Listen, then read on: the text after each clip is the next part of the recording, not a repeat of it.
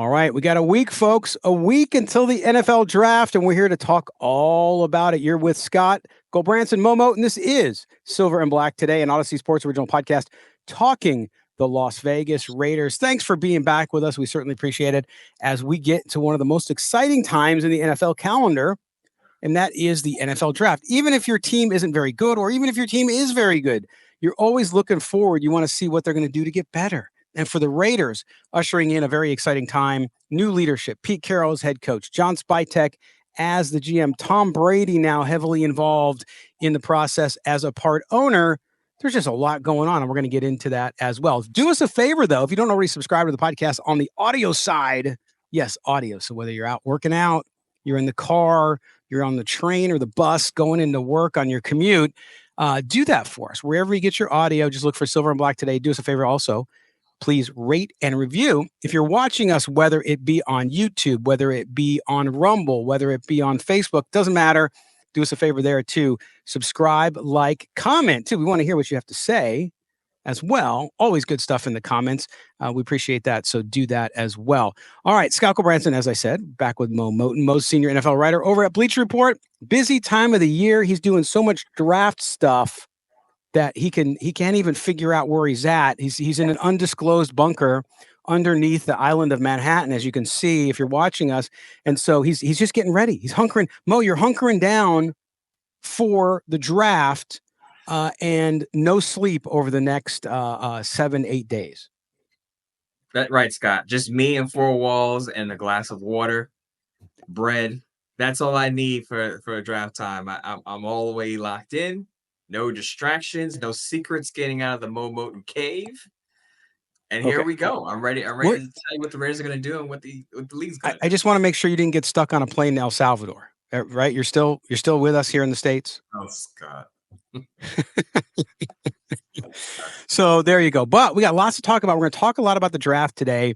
In segment 2, we're going to get into Roe. Excuse me, Roe, you're now Mo, Mo's Roe, and Roe's Mo. No, Mo wrote a piece up on Sportsnot about 3 surprise draft picks for the Raiders. We're going to get into that, some of which I found fascinating, some I vehemently disagree with, and I would hate it, but, that's the way it goes. So Mo and I will talk about that as well. This first segment, to get into some news and happenings around Raider Nation. And in the third segment, we got a slew of calls. We have so many calls. You've inundated us. We're going to get to as many as we can, so we'll get through some of this pretty quickly because we want to hear what you have to say ahead of the draft. Because next week's the draft. We're going to have some big guests on. Baldy's coming back on. Brian Baldinger, of course, NFL Network, and also one of our colleagues here at Odyssey, as well as some other guests on the draft. So prepare for that. But we also have a live show we'll have next week during the draft. So you can see our surprise on our faces like you did when Brock Bowers was drafted last year. We'll see if it happens again. I hope not, Ashton Genty.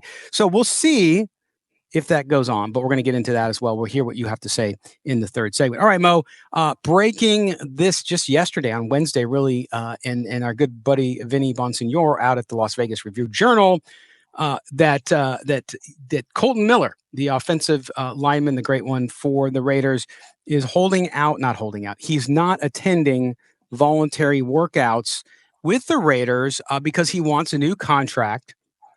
And I saw some people have a negative reaction to this, which I don't understand, because like Max Crosby going into this season, Colton Miller, as valuable as he is for the Raiders at that left tackle position, okay, and a good career he's had, very good career he's had, he has no guaranteed money coming into 2025. So the fact that the Raiders haven't been able to get to him and have a contract, and from what Vinny's reporting says, they're not having any talks. The Raiders have not approached him.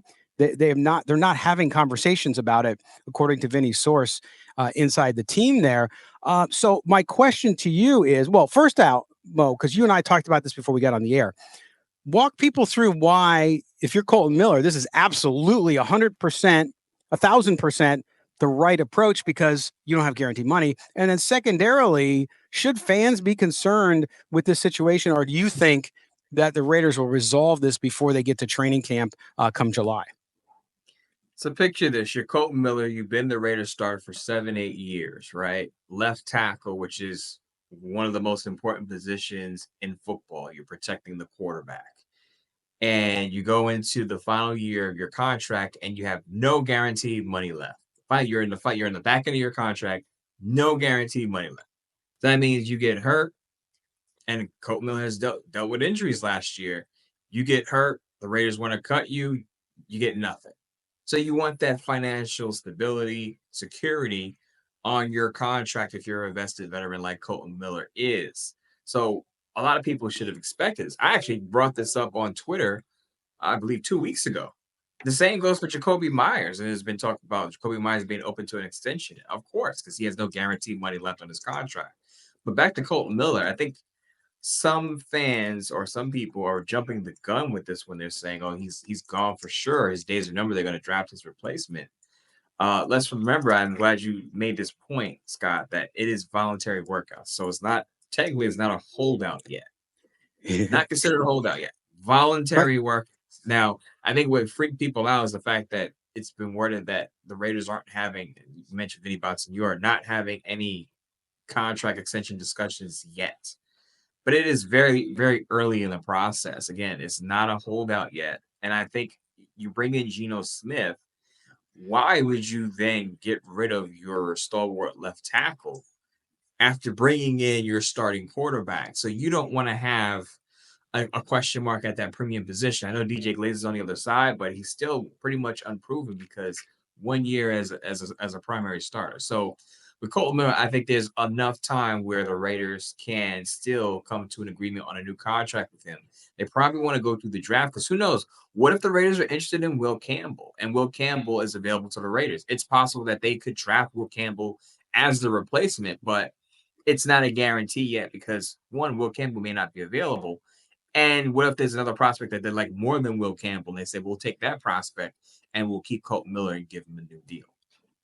Yeah, and I'm just popping up on the screen for those of you watching, popping up on the screen here, the contract, right? So if you look at the contract for Colton Miller, which we talked about, if I get the screen right, and you look at it here, and again, the 12.5 million, there's no guaranteed money there. So if you're a player, like you said, Mo, if you get injured and your knee gets ruined and your career is over, you got nothing, or as we call it, bupkis, right? And the workout bonus, it's a $50,000 bonus. So all he's doing is giving up the 50K, which is nothing in the scope of all of this. So to me, Colton Miller absolutely doing the right thing. And to your point, I would not be concerned either with the Raiders not having conversations yet. They've had a lot of things to do. And remember, now, of course, strategically, this comes out right before the draft, right? The draft is where the Raiders are focused right now. They have to focus on that next level of players that are coming into this organization that they're going to build around, where they're going to fill some holes. So the Raiders have a lot to do. And I know we have some callers talking about the salary cap and why aren't the Raiders doing more? You can't do it all at one time. It's a lot of work to do, right? So they're preparing for the draft. And then you got a veteran player who's key to your point, Geno Smith, veteran quarterback. You need his blindside blocker. You need that guy.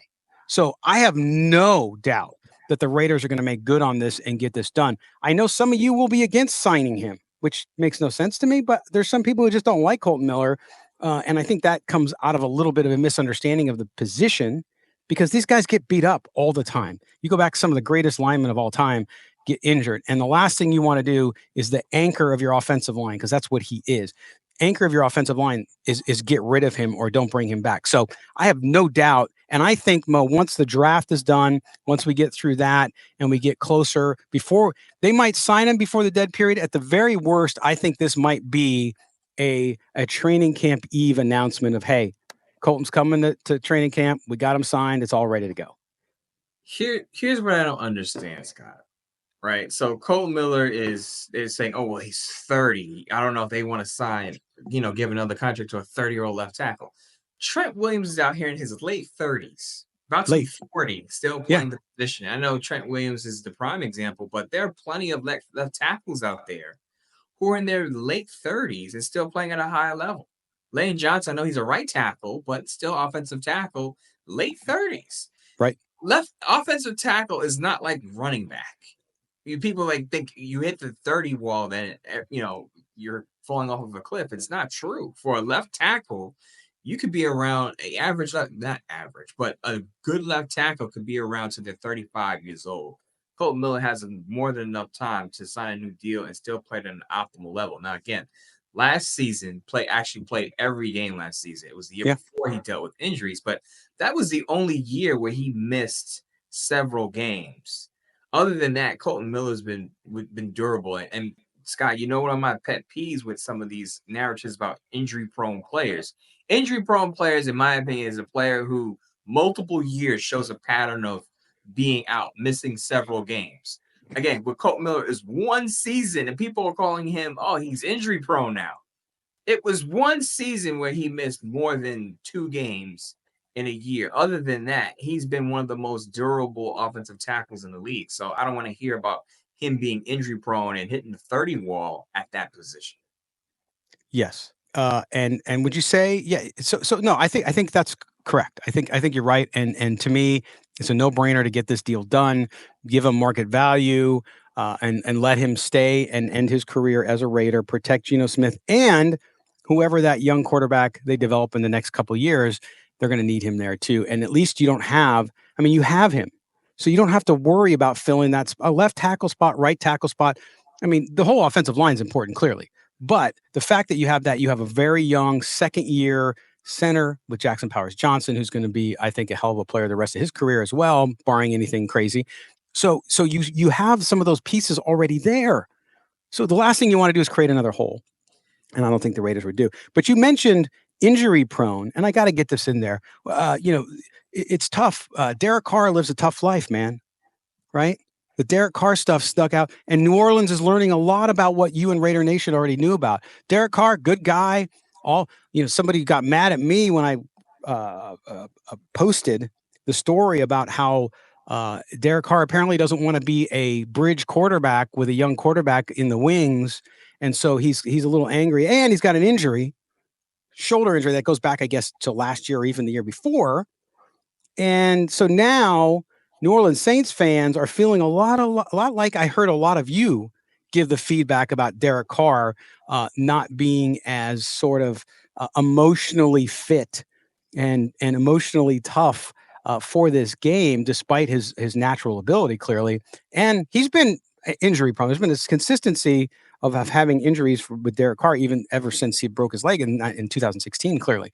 So very interesting, though, that you can't. It's like the scene from Godfather 3, Mo, where Al Pacino says, every time I try to get out, they bring me back in, right? And that's what Derek Carr and Raider Nation, because now they're fighting about it again. I am not going to step into the deep waters of the Carr Wars. I thought they were over.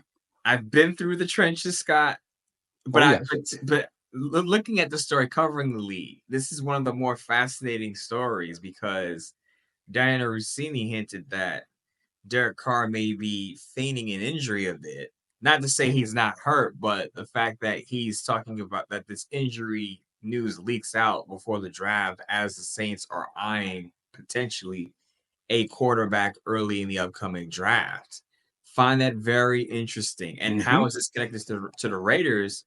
Is the Saints may be willing to move up for a quarterback. So let's say the Raiders aren't in love with Shedeur Sanders and he's there at 6 and the Saints want Shedeur. It's possible that the Saints may call the Raiders to move up. Todd McShay of the Ringer thinks that the Saints will go after Jackson Dart. We'll talk a little bit about Tyler Shough as well as a possible target for the Saints. But the reason we bring this up too, not just to poke at Derek Carr, but because the Saints could be a team that is looking to trade up into the top 6 for their next quarterback. Yeah, but for those of you in Raider Nation, please don't say, "Oh, if the Raiders want to trade with the Saints and the Saints want to move up, Derek Carr could come back." Oh my gosh! No, please stop. No, just stop there. Geno Smith is the guy for now, so we'll see. Anyway, that's the latest news from around the world of Raider Nation, and we certainly appreciate you listening in. We're going to take a quick break. When we come back, we're going to get into Mo's 3 bold surprise shockers. Draft picks that you could see wearing the silver and black next week, about a day later than today, right? So we'll look at that when we come back here on Silver and Black today. You're with Mo and Scott. Don't go anywhere. We're coming right back.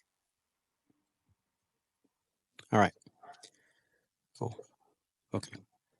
Oops. Let me get this tab with the story. All right. Can I get that?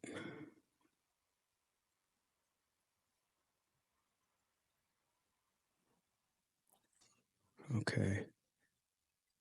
Where'd it go? Oh, there it is.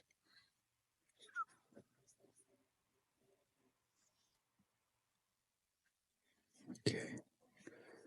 All right. In 3, 2, 1. Welcome back to Silver and Black today. This is segment dos. We're back here on this Thursday. Glad you guys could join us. Thanks again for being with Mo Moten and Scalco Branson to talk about Raiders football on Silver and Black today, an Odyssey Sports Original Podcast. Do us a favor, make sure you subscribe wherever you get your audio. If you're watching us on video, do the same there. Jump into the conversation, leave some comments. We appreciate it very much, and we thank you for your support. As always, as we head into the NFL draft next week, we're going to have big shows next week with some NFL draft folks like Brian Baldinger's coming back. Baldy's coming back. You guys always love those shows. Some of our most listened to and watched of all time include Baldy, but he gives it to you honest. He gives it to you straight, and we're looking forward to that. So stay tuned for info on that as well. Momo and Scalco Branson back with you, and we're going to get into some Mostradamus territory here. Could the Raiders pull some bold picks, moves, you name it, during the NFL draft? They hold that pick number 6. That doesn't mean they got to stay there. Doesn't mean they have to take Ashton Genty. Mistake. Doesn't mean they have to take Shadur Sanders. What else could they do? Well, Mo took a look at that, and we're going to get into that and have him talk through it and his logic here, and we'll see what happens. But Mo, as we head into the draft, and before we get into your piece here, the Raiders have multiple needs. I can talk to 6 different fans who will tell me they should go 6 different directions. When you started to think through and formulate this piece about some of your Nostradamus prediction type stuff here, what was the kind of the mindset when you're sitting there and you're thinking of in the mind of John Spytek, kind of what was the platform you used to kind of look at these picks and decide, hey, this could be some direction the Raiders go? I'll translate that for you, Scott. Scott wants to know what went through my mind when I made these silly bold predictions. Hey, I'm getting older, Mo. Sometimes I ramble. No, but I tried to get away from the consensus or the status quo what the mock drafts were saying, because everyone is connecting Ashton Genty to the Raiders. Mm-hmm. Interestingly, yesterday I saw a lot of Jalen Walker talk, more Jalen Walker talk, and of course with the Colton Miller news, more people think it's going to be Armand Membu out of Missouri. But I wanted to give sort of some off the wall, not I want to say off the wall, but realistic, but picks that would surprise people if the Raiders were to go in that route. So basically, the type of reactions you would get on our last year's show when they picked Brock Bowers at 13. So what type of picks would give those type of reactions in this piece? There you go. So you're pulling people's string, is what you're saying. You're getting them fired up, right, about possibilities. So let's run through this, because I like the first pick you had here, and I think a lot of Raider fans, and there are people who are really in love with. I remember being a young guy and going to draft Nick meetings with my dad, and my dad always wanted to trade down, get value. And you have an interesting one here. And this threw me because I started reading your piece, and since we both write for Sportsnaut, I saw it before it went live, and I read it, and I'm like, wow.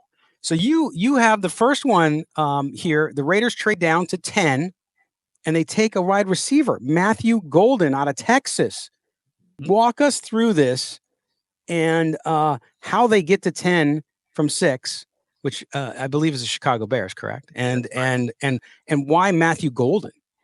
So there's buzz about the Bears that they love Ashton Genty. That came from Matt Miller of ESPN, but there are other Bears folks, even over at BR. I hear it from the Bears creator that they really like Ashton Genty with Ben Johnson there. They revamped the interior of their offensive line, so they're looking to run the football to help complement Caleb Williams. So I figured the Bears, if we talked about the Saints being a trade-up team, I think the Bears are another team that they're willing to trade up a few spots for their draft target. So I had the Raiders moving from 6 to 10. And I chose Matthew Golden as a off the wall prediction simply because there are some people that would say, I think it was more early in the draft evaluation process, that Ted McMillan could be target for the Raiders. But there's more buzz that maybe Matthew Golden goes before Ted McMillan. Matthew Golden is a speedy wide receiver out of Texas, transferred from Houston to Texas, and really blossomed in Steve Sarkisian's offense. He's a big play wide receiver, averaged 17 yards per catch last year. And if the Raiders are looking for a complement to Brock Bowers, who's awesome, by the way, but a big play guy who can get you that chunk yardage and be more consistent than Trey Tucker. And also, as I said, Jacoby Myers doesn't have any guaranteed money left in his contract, so the Raiders can regain some leverage and say, hey, we got a wide receiver, Jacoby.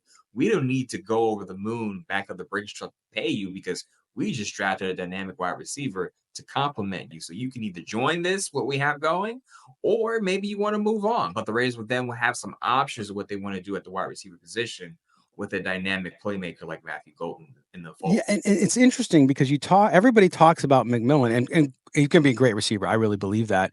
But I think with Golden, you're absolutely right. This is a guy who somehow is getting lost in the shuffle. I mean, maybe not with hardcore draft fanatics who are studying the draft and for the analysts out there, but this is a guy, I think he averaged over 17, 18 yards per catch, per play.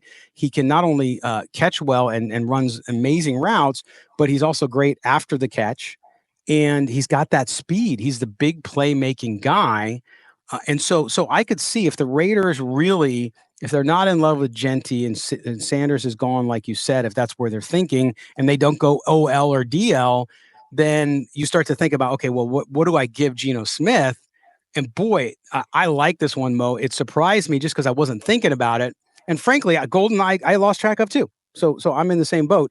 But that certainly makes a lot of sense. And it really would set up this offense, I think, for the Raiders, like you said, opposite having Jacoby Myers there, having Brock Bowers there. I mean, just is something that I think Raider fans would get behind and would be something very, very good. And as everything out there is reported, the Bears absolutely love Genty, and I think Genty would be amazing with the Bears. I think that they're looking for that young running back. They got the quarterback. They got some receiving. They're improving their offensive line. So makes a lot of sense there. So good stuff. All right. Next, here's one.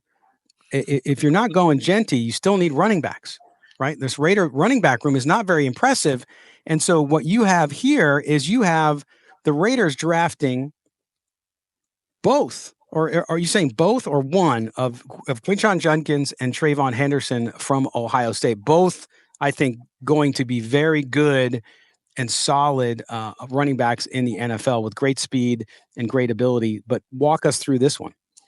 So the Raiders are going to trade back with the Bears, who want Genty. That means, as you said, that they're going to probably address the running back position on day 2. Now, keep in mind, you trade with the Bears, you could probably get that extra second-round pick that they have, because the Bears have 2 second-round picks. So now you have 3 day 2 picks if you're the Raiders. So you can possibly shock the masses and double up on Ohio State running backs. Chip Kelly comes from Ohio State, goes to the Raiders. He can get both his running backs. Both were over 1,000 yards last year in that offense. And can you imagine if they not only draft Quinshon Judkins, but also Trayvon Henderson? Now, people will say that's overkill, but can you imagine just, copy and pasting that Ohio State run game for the Raiders offense that, by the way, had the least or fewest rushing yards last season? You can plug those guys in and they should be able to be ready to go right away because they already know Chip Kelly's offense.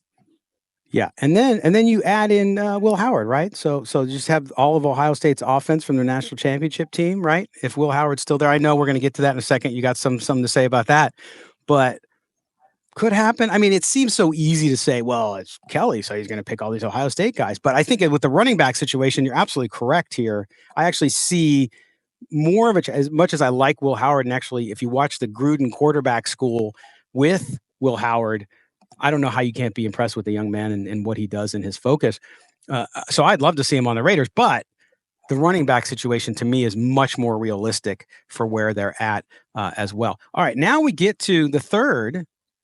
And this is where we talked about the Saints earlier and Derek Carr and what was going on with that. The Raiders, you have the Raiders taking Tyler Shaw in the how do you say his last name again? I forgot. Sure. So yeah, that's right. In the third round, over my man Will Howard, and his name is moving up the list. We're starting to see his name a lot. It's just one of those draft week percolations going on when you see a guy start to really gain steam in the press and with other folks, and he's certainly one of them. But walk us through, if the Saints don't move up and they don't trade with the Raiders to get this guy, why would he be a better selection, or why could you see it being a selection the Raiders make over somebody like Will Howard? So let's say Chip Kelly doesn't go all in on the Ohio State guys, and he's looking for a quarterback who has just as much experience, if not more, than Will Howard, and can make all the throws. Hmm. And that's why I bring up Tyler Shook, because Tyler Shook, in my opinion, has a similar thing going as Michael Penix. The concerns are very similar. Tyler Shook has had some injuries on the collegiate level. He is an older prospect. There's a lot of what we said about Michael Penix last year. Now, Michael Penix had a more impressive last final collegiate season than Tyler Shook did at Louisville, but Shook showed that if he can stay healthy, he could be a potential starter. He just has to stay on the field. It's just about availability. And again, I compare it to Michael Penix last year in the sense that Michael Penix had 4 consecutive years of season-ending injuries at Indiana before he transferred to Washington and had that magical season that almost was an undefeated season had they not lost to Michigan. But Tyler Shook's his passing numbers look pretty good this past year as he stayed on the field and stayed healthy.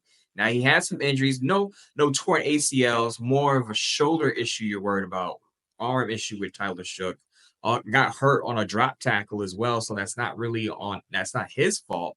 But Mm-hmm. just a bad luck, a bad stretch of luck with injuries on the collegiate level. But you saw that when he's healthy, probably could have been that around a back in round 1, early round 2 quarterback. So I had Tyler Shook going to the Raiders as a surprise pick, though I saw some people connect Shook to the Raiders, but it's not a very intense, heavy type of, oh, the Raiders are definitely going to draft Shook. So I added him into this bold predictions piece. And Shook, good quarterback. I think that there's certainly opportunity there, and I think, like I said, he is moving up the kind of buzz chart, and so we'll see if that's real. Because a lot of the times we call it lying season. A lot of times these guys get talked up behind the scenes, and agents are doing a lot of PR on the background too. They're talking to reporters and telling reporters, "Oh, we're hearing from 15 teams, and they're all excited." So you don't know what's truth, by the way. So just bear with us on this, because I don't think you should tune into something and hear it and say, huh. And by the way, even the best in the business, some of the guys I really respect that analyze the draft, Daniel Jeremiah, all these guys, all great professionals, right? But they're just guessing. We're all guessing. And that's why I liked your approach here, Mo, because you that's what you did. You said, okay, I'm going to go away from the pack here and look at needs, look at opportunities, and see where they could go.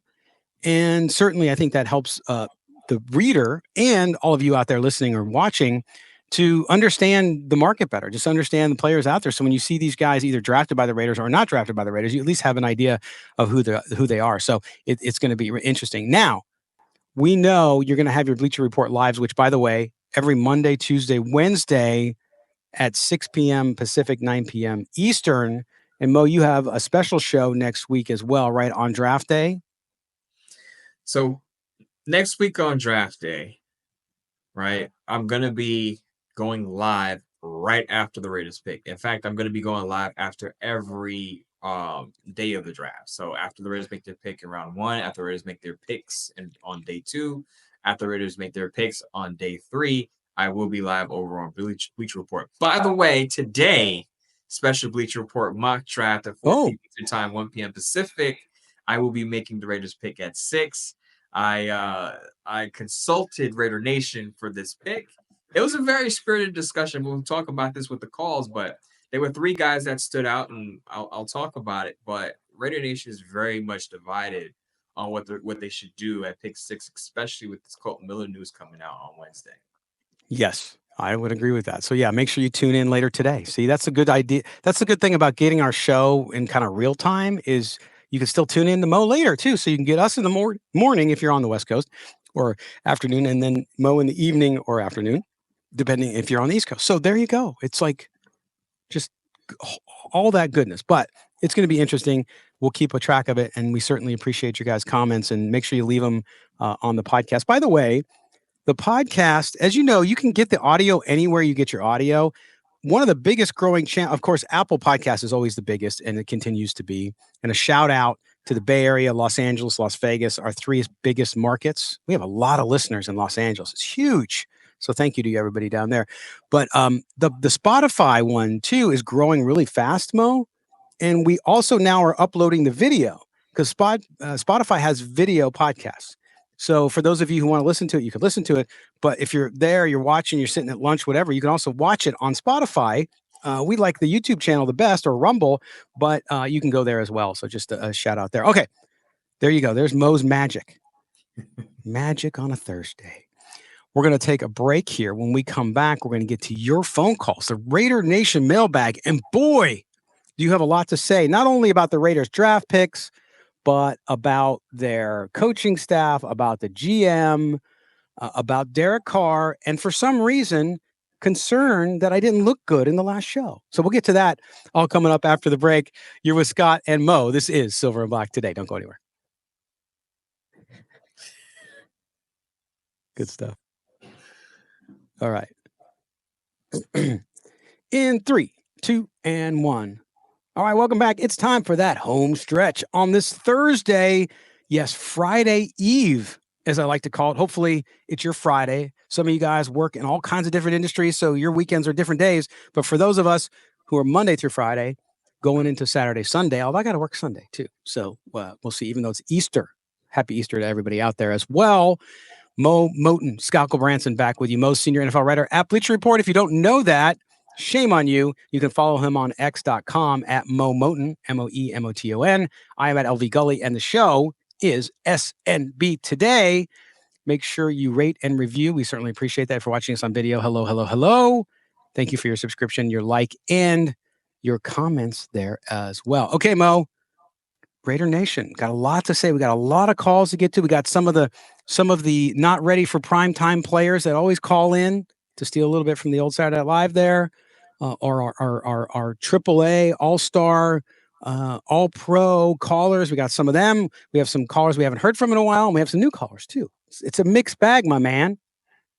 Good to have everyone back for the draft talk. You know, Yes. Some people hibernate a little bit and then they check back in a week before the draft. It's about that time. If you are checking in, just be mindful. We are at peak line season. There are going to be all sorts of rumors coming out about what this team is going to do, where this player is going to go. Don't believe everything you read. That's right. Amen. All right. We're going to get into it now, and we're going to go down to, I was talking about the Los Angeles area, the greater LA metro, Los Angeles.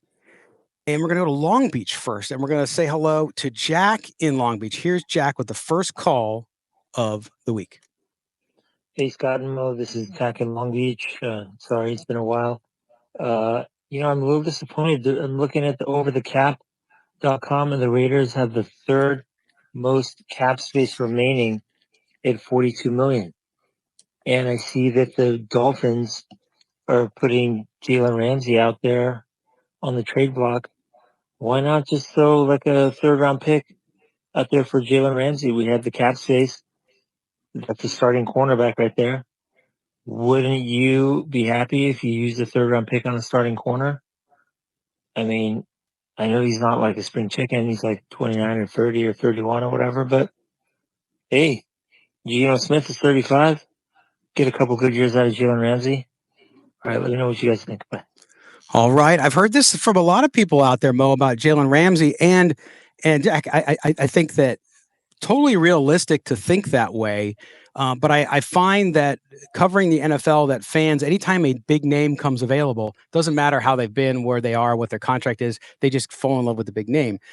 It makes sense. The Raiders have a need at cornerback, but I don't like this. I think, just throw another third-round draft pick. Well, you threw one for Geno Smith, which was a good deal. And cornerback, age-wise, different. Again, we've talked about it, Mo. I continue to go back to what you say. You ring in my head. Geno Smith is a young 35 because he sat for 6 years, right? So he doesn't have all that wear and tear as well. So I think that that's very, very important to mention. But Jalen Ramsey, any trade a draft pick and go get Jalen Ramsey. Any desire for that? What's the upside downside? So I wrote a piece of Bleacher Report, 5 trade packages for Jalen Ramsey, and I did list the Raiders as a potential trade partner for the Dolphins on this one, but I didn't offer a 3rd round pick. I offered a 4th round pick. Because Jalen Ramsey, the way his contract is set up, he would cost $21.1 million this year, and then he has a pay-as-you-go structured contract after 2025, which is team friendly. Mm-hmm. So if I'm the Raiders, I wouldn't go above a 4th rounder. You know, there is the age factor there, and John Spytek likes his picks, but I would start the negotiation with a 4th rounder and see what the Dolphins say. Because I actually agree with the call that, you know, if you could get Ramsey, and Ramsey's still playing at a high level. He wasn't a Pro Bowler last year, but his passer rating allowed was 83.2. And I always say you want your passer rating allowed as a cornerback to be under 90. Still well under 90, can still force some turnovers. I just wouldn't overpay for him. And the way the Raiders have been conducting business this offseason, they're not going to go above and beyond for Jalen Ramsey. But if he's out there for a 4th or 5th round pick, because the Dolphins sound like they're ready to move on. Chris Greer said that he had discussions with Ramsey and his agent and decided it was best to move on. So now every team knows that they're going to probably part ways. So that drops his trade value. So again, if you could get him for a 4th or 5th round pick, I toss it out there and see what the Dolphins say, because what are you going to get in the 4th or 5th round of this draft? Is that player, what are the chances that prospect is going to be better than Jalen Ramsey? Now, again, if it's above a 4th rounder, you might want to draft a young cornerback and just develop him homegrown talent. I get that. But if it's a 4th or 5th rounder, I'd go all in and see what the Dolphins say. Yeah, and that's where I agree with you. The 3rd round is the deal breaker for me. So yeah, if you can get him for a 4th or 5th rounder, that's a no-brainer, right? And I know you might say, well, 3rd round, 4th round, it's a big difference. And to your point, if you can get a good defensive back in the 3rd round, remember rookie contracts. We talk about that every year here, right? Which is nothing more valuable than having those rookie contracts, guys that develop, because that keeps your cap in space. And he talked about how much cap space they have. But remember, as we started the show off talking about Colton Miller, gonna have to pay Colton Miller, right? And there's still some other guys they have to sign too, and there might be restructures. They have $42 million now. They might sign Colton Miller, and that cuts a ton away from it. And then they restructure a couple of deals that frees up more space. So this is a moving target. So don't get too caught up in those numbers as they sit right now. Then you're adding in draft picks. You're adding in all the could be trades involved, like you said. You know, if you start trading, you could make a trade on draft day for an established player that you're going to absorb a contract. Could be an edge rusher. It could be, who knows? Could be a defensive back. And so that's why don't get too caught up in that right now, because you got a big event coming up here, and then you have obviously the rest of the offseason going. But great call, man. We appreciate it, calling in from Long Beach. Now, this next caller, I got to preface it because I don't want you to get mad, but Just Win Baby out of Denver. He called in, and his call got cut off because he didn't realize he only had a 3-minute limit. So then he left another message for 2 minutes. So here's the thing, Just Win. I think it's the first time you called in, or maybe you called in a while back. So apologies if I forgot. But I'm going to play the second half of your call, which is draft related, because that's 2 minutes. We can't play 5-minute calls because we got a lot of callers. Okay. So I chose your second half. So excuse me for taking out the first half, but I wanted to get you on. I didn't want you to think that that time was wasted. So here's Just Win Baby in occupied territory up in Denver. Lord Scott, this is Jeff Wayne Baby from Mile High, Denver, Colorado. Just giving you guys a call. I got cut off earlier because of something going on, but love to get a hand. I'm looking at DVs. I live in Denver, but I'm from San Antonio. I'd like to see Captain Pete go after maybe Zod Frazier in the late round. He's an excellent DV out of UTSA, 5'11", buck 83, 4.36 in the 40, had 6 picks last year. I wonder what you guys think about him. I'm also a big fan of Maxwell Harrison. I think we had him coming in for a visit, but I'm not 100% on that. I like Will Johnson, love Will Johnson, but we can't be having Spytek's first early pick, another damaged individual out of college, as much as I love my U of M guys. I love also, what's his name, Kenneth Grant, another DT out of Michigan. I don't think he's getting enough love. And can somebody please tell me why we keep hating on Geno Smith? Justin Herbert to the 2022 67.7 completion percentage, and Gino 68.5. 249.5 passes per yard per game, 249.9 for Herbert. 71 TDs for Gino, 68 for Justin, 95.5 passer rating, 95.8 for Justin. Gino is confident he can do what he can. And I think he's every bit as good as Justin Herbert, if not better. Mo, happy birthday, man. My birthday also April 10th, 19, whatever. We won't go into that. 5 stars is what I'm rooting for. Mo, always remember, great man was born on April 10th. 5 stars for who? Babyface, Q-Tip, and John Madden. Scott, I know you know 2 of those people, but Oh, M-O-E, M-O-T-E-N. Love you, Mo. Y'all keep up the good work. I hope I'll talk to you guys again soon. Peace and Raiders. oh my gosh. So wait a minute. I don't know who Q-Tip is. I love that. That was a great call by Just My Baby on there. Yeah. Well, I mean, he that produced Tribe Called West. Come on. Come on. It was a great call. Yeah, absolutely. Scott's offended. No, I'm not. You're I'm not. offended, Scott. I'm totally not offended because you and I, Mo, we talk about some spicy stuff off the air. And the one thing I always tell you is that sometimes, you know, there's positive and negatives with stereotypes, right? Yeah. Of any kind, whether it be man, woman, race, whatever, religion, whatever. But sometimes there's truth in them. And so I don't mind just Win Baby there talking about, hey, you probably don't know who Q-Tip is, right? Because it's a little deeper into the genre. And so he's thinking he's probably seen me wear Van Halen stuff. He knows I'm a rock guy, a guitar guy. So I totally get it. Not offended by it at all. I just like to have fun with it. So what'd you think there too? He's talking about cornerbacks deep in the draft now, I think. But any of those names kind of ring your bell? So I talked about Zay Frazier on one of my Bleach Report lives as a sleeper pick I like. Yeah. Zay Frazier could go anywhere, in my opinion, from 4th, 5th round to, late day 3. He's an older prospect, but if you look at his measurements, about 6'3", about 190. Yeah. So he has that length, about 33-inch arm length. So the measurement police won't have to come after him. He has the arm length to satisfy the threshold of most people. So 33-inch arms, long cornerback. As Just When Baby said, had a really good last collegiate year. Several interceptions, so he can get after the ball. Again, older prospect coming from a small school, so he's not going to get a lot of buzz. That's why he's not going to get a lot of love. But I think he could be a sleeper on the back end of the draft. I'll also say Kenneth Grant as a defensive tackle. A lot of people are not talking about him because a lot of people don't talk about run stopping defensive tackles coming out of Michigan. I actually had Kenneth Grant going to the Chargers because of that connection with Jim Harbaugh. But Kenneth Grant is a guy that I've had my eye on. What else did he went through so much. I know Zay Frazier, Kenneth Grant. And that was only half his call. Remember, he had 3 other minutes. he mentioned another prospect and it totally slipped my mind. I apologize. But again, great call. I'm glad you mentioned Zay Frazier because again, we can all talk about first round prospects. All day. Yeah. It's easy to do that. But as we get in after round 3, a lot of your starters, a lot of your rotational players are coming in on the 4th, 5th, 6th, 7th round. And again, if you're looking at the cornerback position, one of the weaker positions on that roster, I think Zay Frazier is someone to look out at.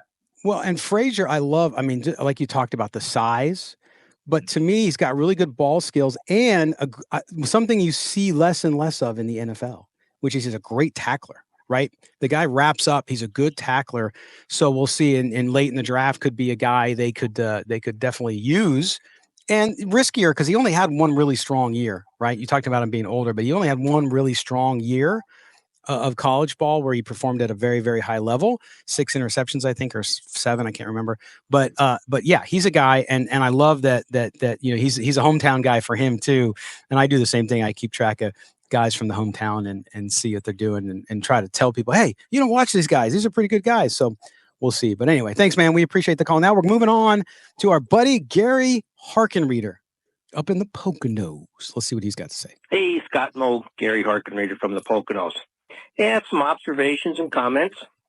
My first observation is, Scott, are you okay? You didn't look good on the last telecast. So, Wow. Number two, thanks for displaying the books. I hope they make it to auction They will. at some point when it's time. And then as far as the Raiders go, I have the utmost confidence in our brain trust in drafting. I think that will have an excellent draft. The only player that I wouldn't be happy with is T-Max. I don't think he fits the culture, the Raider culture that we really want to have. And actually, I'm more excited about the UDFAs we might bring in and anybody from the UFL. Hey, any thoughts on that? So again, thanks for all you do for us. And keep up the good work. Thanks again. Bye-bye. All right, there's our buddy Gary, apparently concerned with my health. Didn't look good. Well, Gary, it's hard to look good every time. I mean, the lighting, I could have had the lighting set wrong. It just made me look different. Now I'm up to, I've now lost 40 pounds since November. So there might be days where I might be looking a little gaunt, maybe because I'm eating so much less. And there are days I'm kind of over the hunger thing now, but there are days where I think I feel a little worn out because I'm not stuffing my face with carbs anymore. So that could be it. But I appreciate I don't look at it as him saying, well, you don't look good. No, he's concerned. So Gary, thank you so much. I'm doing great. My health is good, at least physically. Mentally, sometimes. But other than that, great. So appreciate that. But Mo, he talked about some draft picks there as well, and with T-Mac about fit. I think a lot of times people get blinded by talent and they don't think about fit. Talk a little bit about that. And when you evaluate players the Raiders could draft, how fit comes into it. Well, usually when I do these, I don't do a lot of mock drafts, but when I do them or connect players to certain teams, even in free agency, I always think about schematic fit. If you're thinking about a cornerback, cover 3, is he better in zone or man coverage? I think people overlook that aspect of connecting prospects and veterans in free agency to teams. But I think when he said Ted McMillan, I think he was more talking about the culture, like his mentality, mental makeup. And that's the first time I've actually heard that. And I would ask Gary Harker-Reed if he were live on the show, like, where does that thought process come from? Because remember, there was a video circulated that he doesn't watch film. And I commented on it. A lot of people commented on it that he's not all the way dialed in. This is not a guy that you want in the top 6 because he's not all the way dedicated to his craft, so to speak. And I did say that once he gets to the NFL, his habits are going to have to change a little bit because he's going to have to be in the film room a lot more because it becomes not just, he's playing college football. Now it's his job. It's his career. So I feel like that video, while it's bad for optics to say that publicly, I feel like it's not as big of a deal as some people made it to be. I don't know if that's where Gary Harker-Reed was going with it, but there was a lot of people alarmed about him saying that publicly. That I don't watch a lot of film. I just watch it with my group, my team. But Tech McMillan, again, has been a very polarizing pick for the Raiders. There are a lot of people who say Tech McMillan should be the guy at 6, and there are a lot of people who are completely out on him, like Gary Harker-Reeder. And that's why I had Matthew Golden in that bold predictions piece, and I gave an alternative wide receiver.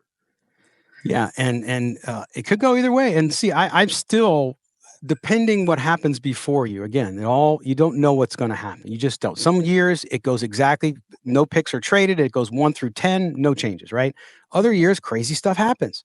So I say no wide receivers in the first round only because I think there's going to be less movement than in other times, in other years, but we'll see. Gary, as always, thank you again. And thank you for your concern as well, but I'm doing great. So thank you. All right, now we're going to go out to Raider Rube. Of course, Raider Rube has to hold me to task again because remember, North Dakota, South Dakota last time, and we didn't get to his call. Remember, I somehow my audio board lost his call, so he's going to remind us of that. But we want to get Raider Rube on, so here's Raider Rube. Hey guys, Raider Rube from Fargo, North Dakota. So my call couldn't make it on the air last week, apparently.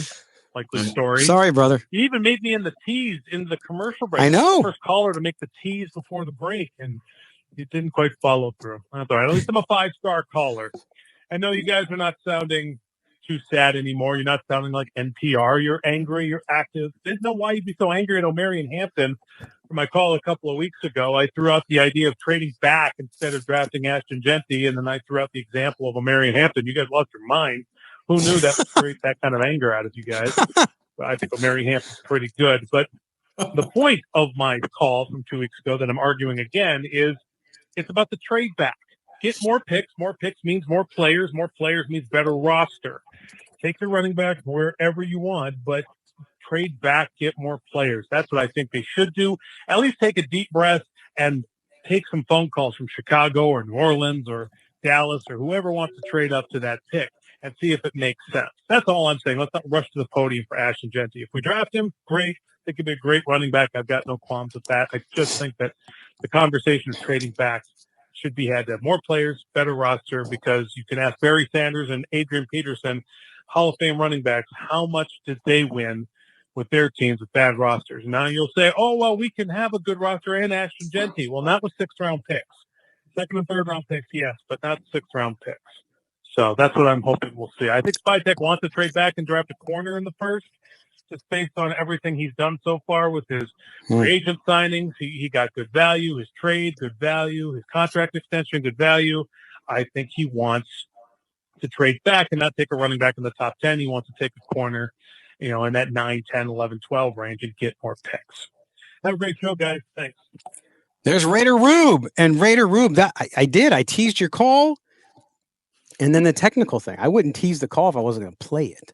So there was no shooter in the grassy knoll. There was no conspiracy there. But thank you again. Also, we like Hampton. He's just not Ashton Genty. I mean, to me, that's it. He's a very good running back. If the Raiders got Hampton, Mo, I'd say it's a great pick. Not in the first round, but I'd say it's a great pick. No problem there. But what do you think he has to say there? The trading back thing, walk me through this, Mo. Walk me back from the ledge. You ready? Because I don't disagree. If you get value and you can trade back, you had that in your example that we talked about in segment number 2. But what guarantee do you have that because you have more picks, you're going to have a better roster? It doesn't mean everybody pans out. Now, chances, odds, you get more folks. But it all depends on what you get and what are you giving up to get those extra picks? And are those extra picks more bodies? Is more bodies always the answer? Not always. Not always. I get your point, Scott. Just because you have more picks doesn't mean you're going to hit. But I do think Raider Rue's point there is you do get more swings at it. Yes, it's better 100%. To have more picks because then you increase your chances of hitting on at least one of those, versus let's say you go into the draft and you have 6 draft picks. You have less margin for error. Now you go into the draft and you have 10 draft picks. Now you can take more chances. You can take a quarterback who has some medical concerns, maybe some off-field concerns, and it won't hurt you as much if you have fewer picks than if you have more picks. So I understand having more at-bat swings there and trading back. The only issue is, and I say this every year, is a lot of teams, we talked about this early in the show, that most teams, I would say most, a lot of teams want to trade back every year. I think with Pete Carroll's with the Seattle Seahawks, they trade back. They traded back often. Mm-hmm. But you have to have a trade partner because you're probably not the only team that wants to trade back. Now, this draft specifically, I think there's a lot of value in the back end of the first round, early second round, because there aren't a lot of marquee players in this class. So I think there are going to be a lot of teams that are going to say, I prefer to trade down than trade up. And it's just a matter of, who are you calling and who can you get to agree on with a deal. But if the Raiders can get an extra pick, we talked about this in the first segment. Let's say they trade back with the Bears or the Saints. The Bears have an extra 2nd-round pick this year. The Saints have an extra 3rd-round pick this year. So that's why I bring up those two teams constantly as trade partners, because they have the capital to move up if they want to. Now, the Raiders wouldn't even have to slip all the way back into the teens. The Bears are picking 10th. The Saints are picking 9th. I think the Raiders can still pick up an extra draft pick. It's just a matter of, can John Spytek work the phones and work out a deal to get that extra draft capital? Yeah, and I agree with Rube, too, from a principle, if you get the more picks. But remember, too, that when you do that, you're trading a top 10 pick. So there's obviously great value there, right? Especially if somebody really needs to get up and get a position they want to fill. The issue, though, isn't that compensation isn't always just this year. So if you get, let's say you get the Bears want to get up, but they want to pick Genty. So you trade back to 10. What are the Bears going to give you? Maybe they give you a 2 this year. Great. They give you a 2 next year and maybe a 3 this year, whatever the value. You see what I'm saying, though? You don't get all those bodies now. You might get them in 2 consecutive drafts, which is great, too. Because, look, the Raiders, even though they only won 4 games, are they in full rebuild mode? No. We know that they want to win now, that they're focused on that.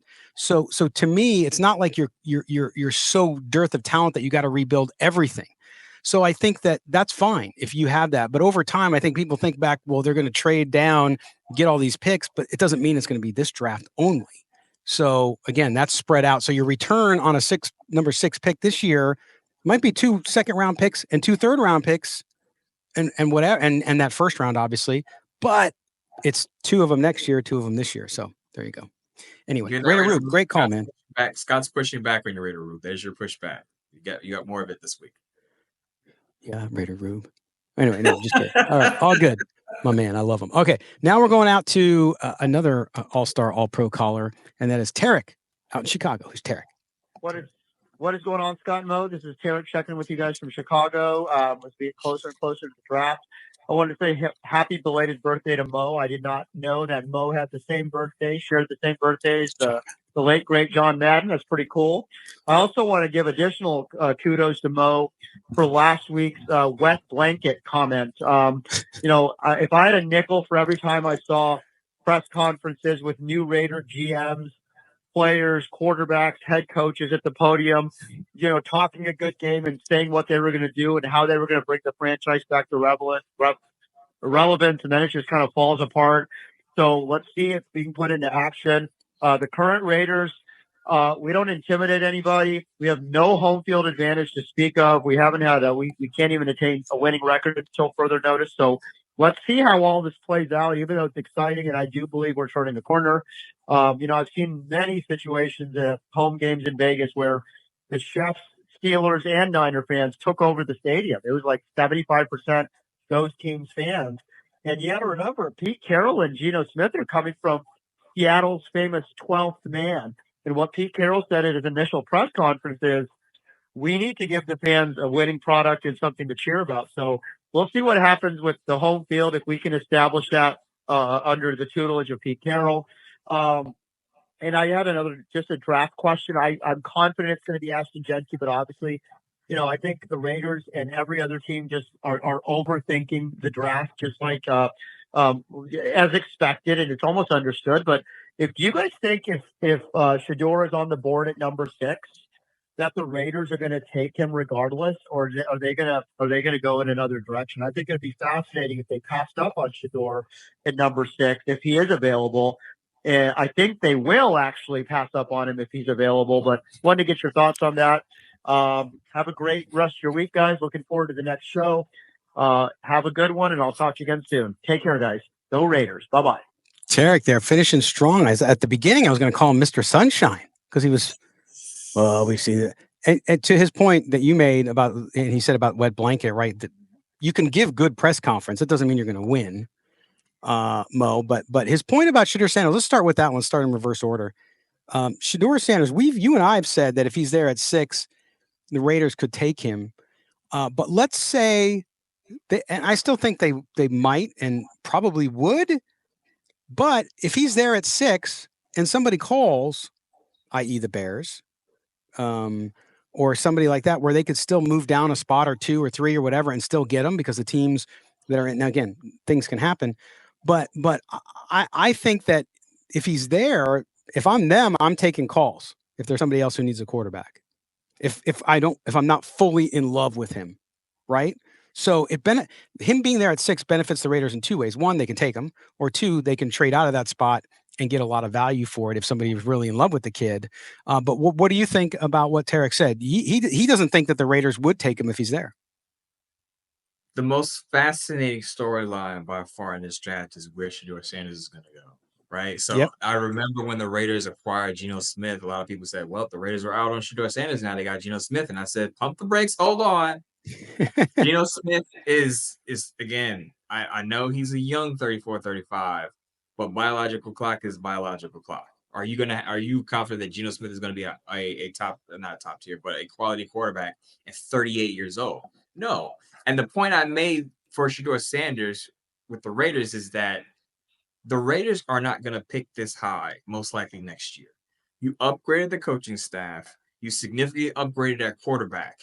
The Raiders aren't going to be picking 6th in the 2026 draft. So for the people that say just get a franchise quarterback, a long-term quarterback next year you're probably going to be picking somewhere between 14 and 17. So then you're going to have to trade up for a top prospect.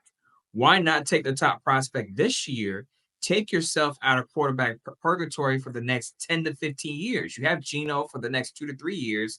And if Shedeur Sanders is a quality quarterback, you'll have him around for at least a decade. So then you don't have to worry about the quarterback position till the 2030s. Can you imagine that? Like the Raiders, after the Raiders moved off from Derek Carr, we've seen what it could be like in the quarterback abyss. We've been through Jimmy Garoppolo. Aiden O'Connell's a solid backup. We've been through Desmond Ridder. Like you don't want to, especially in the AFC West, you don't want to have a big quarterback question.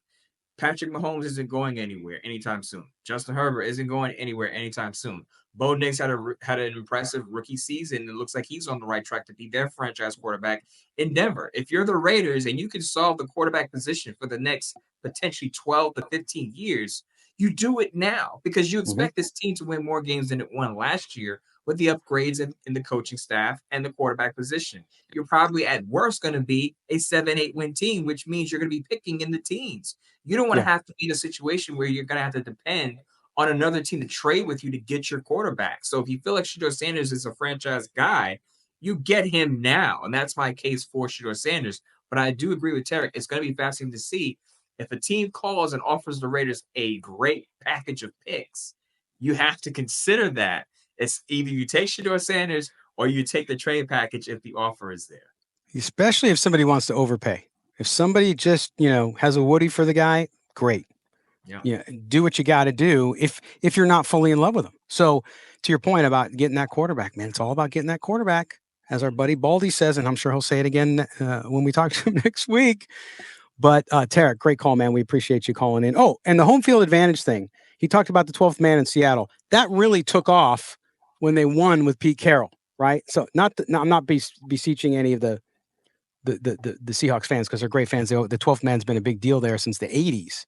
But it really took off, and you saw that environment with the loud meters and the decibel meters and all that stuff when they started winning in the 2010s, okay? So the Raiders, with getting taken over by visiting fans, will stop when they are a winning ball team that goes to the playoffs and has a chance to go far in the playoffs. It just will. I'm telling you, it will. Because everybody wants to be on board with a winner. So Raider fans are going to pay whatever they're going to pay to go see those games, and they're going to lock out. There will always be some because it's Las Vegas, of course, but it'll change on that one. So, Tarek, thanks for the call, man. All right, now we're going out to Bishop, California. Here we go. Hey, Scott and Mo, I was going to tell you guys, man, really enjoy your show. You guys are very complete, man. You get in and dig a little bit. You just have to stay on the surface. So, yeah, I've enjoyed every show I've watched. But hey, guys, my name is Radical Rick, man. That's what they call me. Radical Rick, the Raider fan. Been a Raider fan for, I'm 72. So ever since I was about 14, something like that. But hey, I just want to talk real quickly. I know I got 3 minutes, I think. First of all, hey, Geno Smith. Anybody that does not want Geno Smith is a flat and a knucklehead, okay? That man's fast, that man's accurate, and that man is healthy. And that man is in a body of about a 28-year-old and not 34 because he hasn't been beat to death. That's some of the benefits of not playing, But I just want to throw this out there, man. Hey, the Raiders, all these years, man, the 70s was our glories, man. I just loved going and watching the games. I lived in Oakland then, so I had a blast.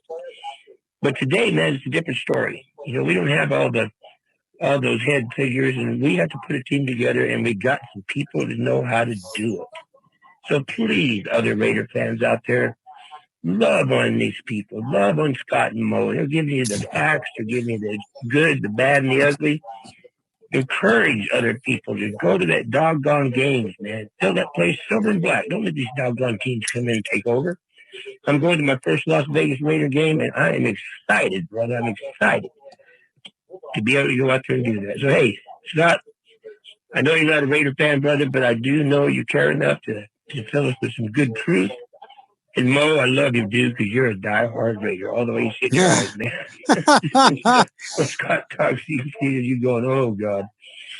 But hey, guys, hey man, I love your show. I just know that's basically what I just want to call and tell you. Hey, you're helping me. I'm a fan, not a professional football player. So as a fan, man, I don't know everything, and you guys help me fill in the gaps every day. Okay. Hey, bless you guys, man. Enjoy your show again. I'll be on it every day. If I haven't get a chance to make it, well, hey, hallelujah. If I don't, hallelujah. Okay, guys, take care, man. Bye. All right, there's Radical Rick. What a great call. Wisdom in that call, Mo. Wisdom. Right? said And Raider he's fans 72 years. He's 72 years young. Wisdom. Right there. Yeah. So there you go. So Radical Rick. Hope I got that right. Yep. Go into a Raider game. So if you hear from Radical Rick, remember you heard him first over here at Silver Black today. But just to touch on something really quick about that home field advantage, because it kind of dovetails from Terry's call, is the Raiders got to start winning football games, and there are diehard Raider fans out there like you, Radical Rick, and like I growing up, that are going to attend or watch Raider games or pay attention to Raiders regardless of what the team looks like or how they're playing. They could be 0-17, they could be 17-0. You're still going to be interested in the football team, but every fan is not the same. And I am not the fan police. I'm here to tell you where your interest should be. But there are going to be people that tune the Raiders out if they're struggling. Scott, you and I know this for sure. Last season was a rough year for us. Once the Raiders started to stack up those losses, went on that losing streak, the Devontae Adams situation soured on people, Jack Jones getting benched after the home opener against the Carolina Panthers, people started to see that, man, this team isn't going anywhere this year. We're going to have to wait till the draft to get excited because they're not going to win more than a handful of games. And lo and behold, they only won 4 games. So even if you're the most passionate Raider fan, even the most passionate Raider fans at times tune out when they know their team is going nowhere. But I do think that with Pete Carroll coming in, Geno Smith coming in, it brings some excitement. Now, of course, there's some Geno haters out there, as you pointed out, Radical Rick. But you cannot deny the upgrade at quarterback. You cannot deny the upgrade in the coaching ranks. Chip Kelly is an offensive play caller coming from having Luke Getsy and Scott Turner last year. So when you look at this football team, and as I said with the Shedeur Sanders case, that they're going to win more than 4 games this year, unless there's an injury, something catastrophic happens. I think they're gonna be at least around 500. So there's gonna be some excitement. There's gonna be some upgrade there. I think there's gonna be more interest there in Raider games with Pete Carroll and his excitement and his passion. Geno Smith and what he stands for, Mr. They wrote me off and I didn't write back. I think that's gonna play well with Raider fans as well. But of course, the bottom line, I'm sure Tarek would agree with me on this. They have to win football games to get more people in those stands so that opposing teams won't take over Allegiant Stadium. Absolutely. Look, this team has been upgraded. The coaching staff has been a massive upgrade. Massive. I can't even explain to you how massive it is. And then upgraded quarterback, the most important position on the field. So yeah, I love his enthusiasm there. We always say be cautiously optimistic, meaning that they got to prove it on the field. But Mo, I like what you're saying too, as well as even if this team gets to 500 after only winning 4 games and looking just brutal last year, that would be a huge step forward and get you to a position where, man, you just win a couple games and suddenly you're in playoff talk. I mean, that's where you are. If you're a 500 team and a couple games break your way, you're suddenly thinking wild card. So good stuff there. We certainly appreciate the call, my man, and thanks for doing that as well. All right, now we're going behind bars. Yes, we're going out to Pastor Mike. Here he is. Scott, Mo, Pastor Mike behind bars. Long time no see, no talk to, but just been listening to podcasts and trying to wade through this off season. And this is not fun sometimes, but anyway, I just want to give my 2 cents in what I feel like. I feel like with the hiring of Spy Tech and Pete Carroll and the coaching staff, that the Raiders are heading the right direction. We finally have adults in the room that are making decisions, that aren't overpaying for less amount of talent, those kinds of things. I'm impressed. I think coaching matters a lot. And I think the Raiders have assembled a coaching staff that will compete in the AFC West. Whether it's Geno Smith or whether Shador, they draft Shador and he's the quarterback, or whatever the case may be. I believe that the Raiders will contend. I'm not saying they're Super Bowl bound. I am saying that it could quite possibly happen with a fourth place schedule that they will make the playoffs like the Broncos did last season. And I believe in Geno. I think he'll do well. We'll see. Hopefully there's no injuries. Now, as far as the draft goes, Ashton Genty. Yes, I live in the Boise area. Know the kid, well, at least, how well he's played, see, every week the last couple of years. And yeah, I'm thinking that's the guy to take. I mean, even if Shador is there at 6, man, I still just think we should take Genty and then maybe get back up into the first round and get that other quarterback, whether it's Dart or wait into the second or third round, Will Howard. I mean, who knows, right? But I just want to say, hey, I'm pumped about the coaching staff. I'm pumped about what they're doing, the GM, everything. So things are looking good here in Raider Nation, and we finally look like maybe we'll be capable this year. So we'll see. I'll talk to you guys probably after the draft. You guys have a great day. Raiders. There's Pastor Mike behind bars in near Boise. So he knows Ashton Genty well. I just love hearing the enthusiasm as we roll up to the draft, Mo. As I said to Radical Rick, even the most passionate Raider fans will tune out. They sense the team has no direction or has no short-term future. But there's excitement again with Pete Carroll coming in, the enthusiasm he brings, along with quarterback he loves in Geno Smith. So there's a new feeling, there's a freshness to the Raiders going into the draft and hopefully going into the next season. So I'm looking at this from the perspective of, okay, do they find at 6? Do they get Shador Sanders and take care of the quarterback position, or do they find a player who can help them immediately, specifically Geno Smith, in an offensive lineman? Pastor Mike likes Ashton Genty, as a lot of people do, and you too, Scott.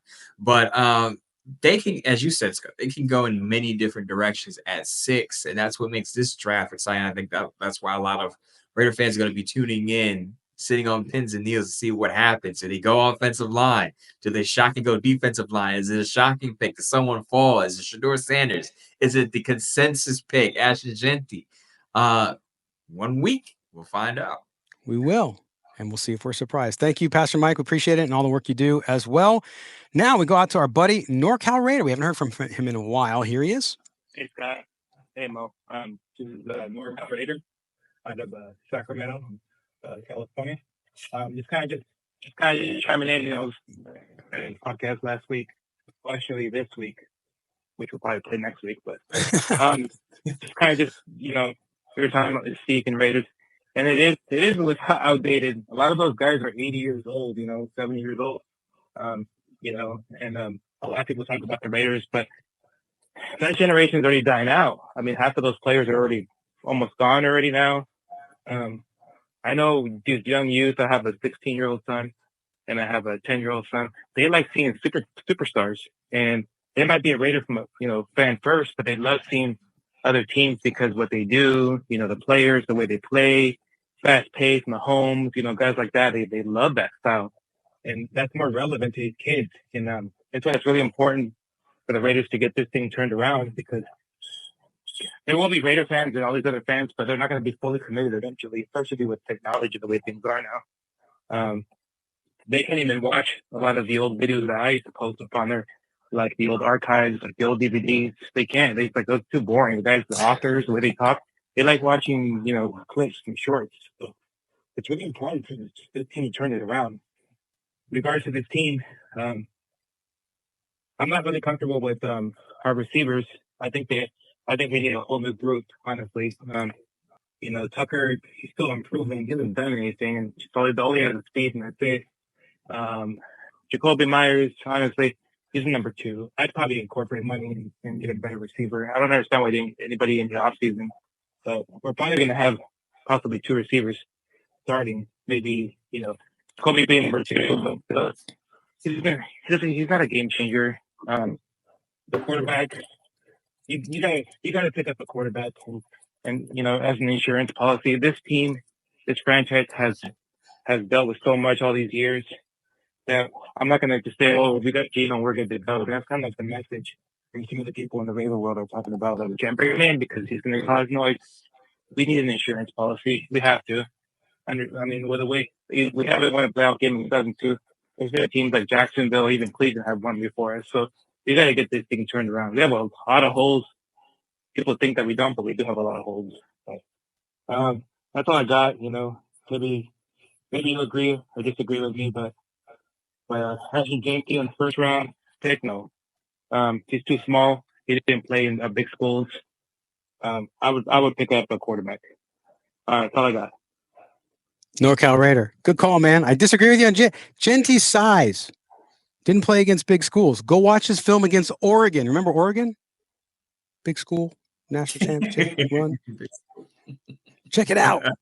Check out what he did against the former Pac-12 schools, Big Tens now. So anyway, but check that out. But his point, I want to get back to real quick. His point on kids and being Raider fans, they're into superstars, they're into short clips. Yes, attention spans are like nothing now. And you're right. Kids, when we were growing up, Mo, and I know you're younger than me, but you were in the kind of transitional generation. We didn't have games on our phone. We didn't have TikTok and Instagram and that kind of stuff where we could see highlights 100% every team every day, blah, blah, blah. We didn't have that. So you kind of gravitated towards the teams that you liked and you would watch them when they were on TV. The Raiders happened to be on national TV a lot back in the day when I was younger. So that's why a lot of people, you talk to older Raider fans, they'll tell you, well, yeah, I lived in Idaho or I lived in Iowa, but the Raiders were always on TV. So I became a Raider fan. He brings up a good point there. So now it's much more of a star-driven personality league. And at the end of the day, if the Raiders win, the fans will come, even new ones. But yes, superstar definitely has a big impact, I think, on fanhood these days, especially with younger fans. Oh, absolutely. And that's where Brock Bowers comes in. I know Brock Bowers isn't vocal. He isn't, I guess, someone who's marketable because he doesn't talk very much, but he is an all-pro now. So there's going to be some excitement there. We know the Raiders' history with tight ends. But I also wanted to touch on something he said about the wide receiver position. I think it's important. So Vic Tafur 2 weeks ago said that the Raiders will add a veteran wide receiver soon. Mm-hmm. Maybe that's right before the draft. Maybe that's post-draft. Let's remember Elijah Moore is still available. Keenan Allen is still available. Tyler Lockett is still available. Those guys are probably waiting till after the draft to see what these teams look like before they sign. So I expect the Raiders to possibly sign one of those guys at wide receiver. And I'll go back to the first segment, Scott. I brought up Matthew Golden. There's a possibility that the Raiders may shock some people and take a wide receiver relatively early, especially with Jacoby Myers not having any guaranteed money left on his deal. Just keep that in mind. Jacoby Myers is around 30 years old. Trey Tucker, I'll say this over again. A lot of people still believe in Trey Tucker. I think he is what he is at this point. Not to say that he can't grow in a bigger role, but if the Raiders are going to sign a veteran wide receiver, as Vic said, Trey Tucker is going to be your fourth option in that offense because you got to include Brock Bowers as your number one, right? And I think they're going to draft a wide receiver. So, in my opinion, they do need one. They need a dynamic wide receiver, not just any wide receiver. They need a dynamic guy. And that's why I brought up Matthew Golden again. He's a 17 yards per catch, has the speed. Jacoby Myers, while he's a good wide receiver, he's not dynamic. He's not as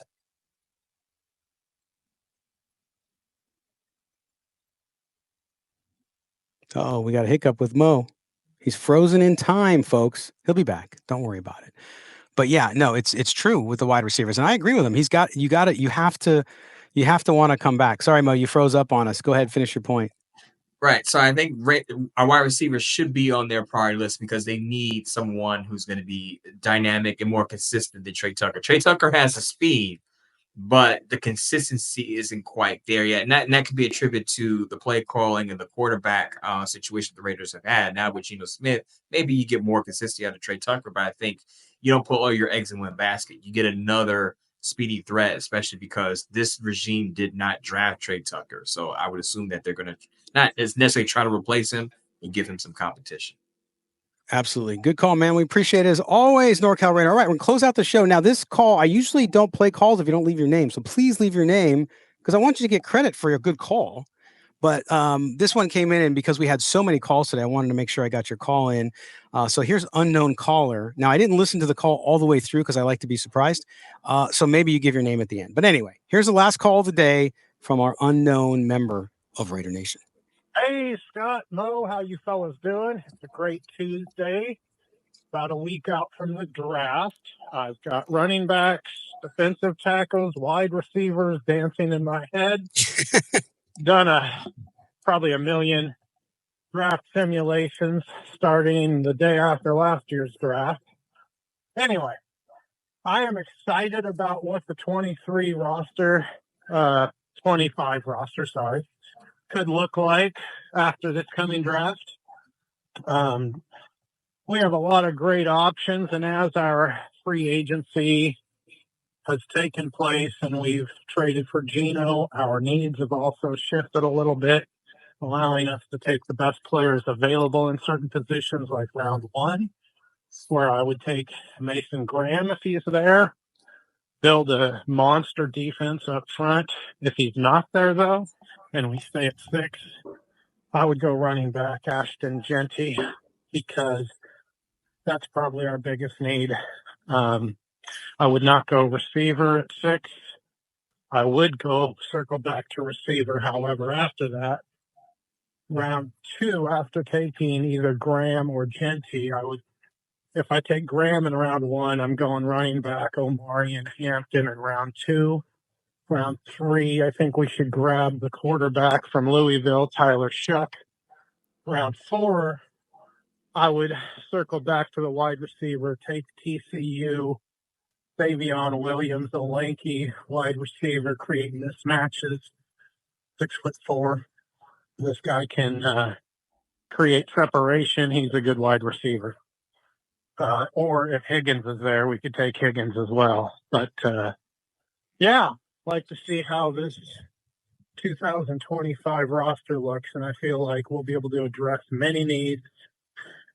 At elite players, this draft is very deep at running back and defensive tackle.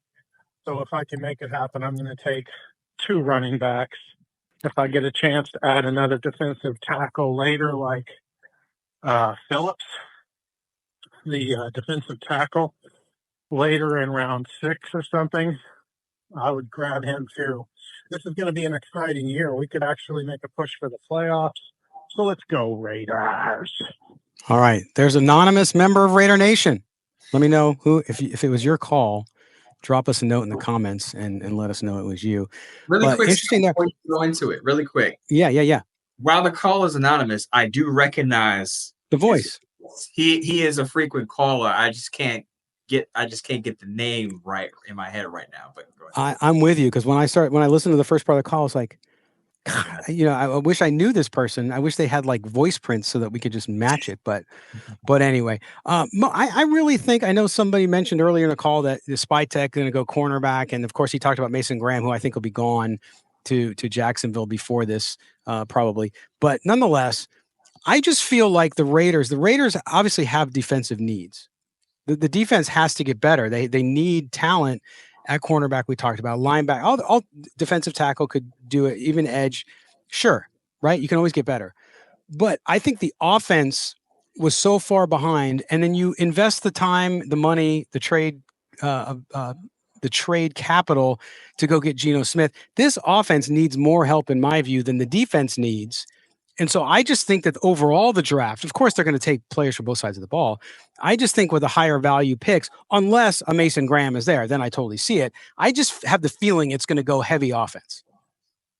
And it should. I mean, you got to get Chip Kelly the groceries so he can cook, right? I mean, the offense, they already got the quarterback position, right? They addressed that right off the bat before free agency.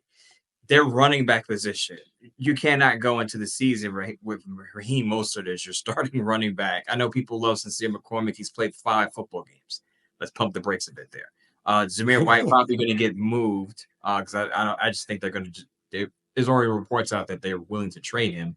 Michael Mayer could be out the door as well. So the Raiders have a lot of work to do on the offensive side of the ball. Chip Kelly can't come in and just wave his magic wand and change things. You got to get the players to make the plays. And I think there are some, unknown caller rattled off some names there.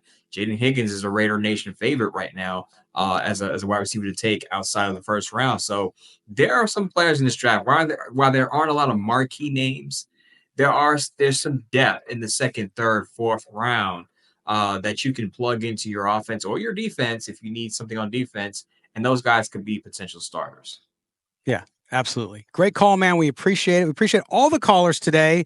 Thanks for calling in. And of course, we're going to be back with draft week coverage next week. We'll start to give you that schedule, the shows, the guests, all that stuff coming up when we get past the weekend as well. Mo, let everybody know what you got coming up as we got a few minutes left here before we got to check out.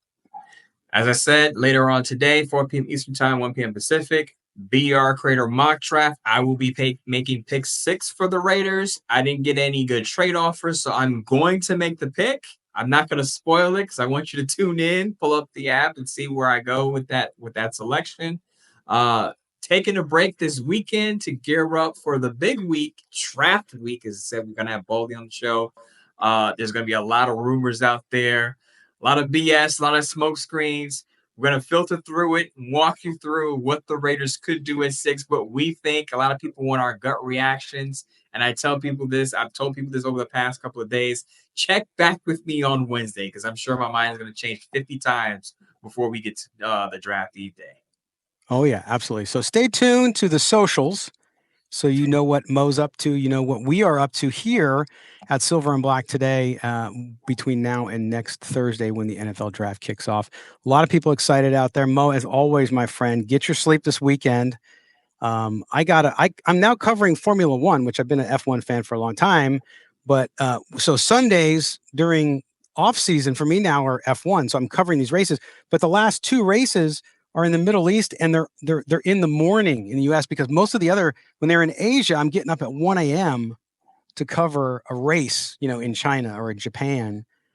So I got to work on Easter a little bit, but I like the sport too. So it's actually not so much work. But anyway, do us a favor. Make sure you follow the show wherever you get your audio and follow us on the socials. Everything's listed below in the description, both on the podcast and on the video. You can get right to Mo's work there. You can get to my work and also our social media channels. My friend, take care of yourself. Take care, Scott. Take care, Raider Nation. All right. For Mo Moten, I'm Scott Branson, and for our producer, Mike Robbie at Odyssey, we appreciate you guys being with us. We will talk to you next week, gearing up for the NFL draft. Take care, Raider Nation, and have a good weekend.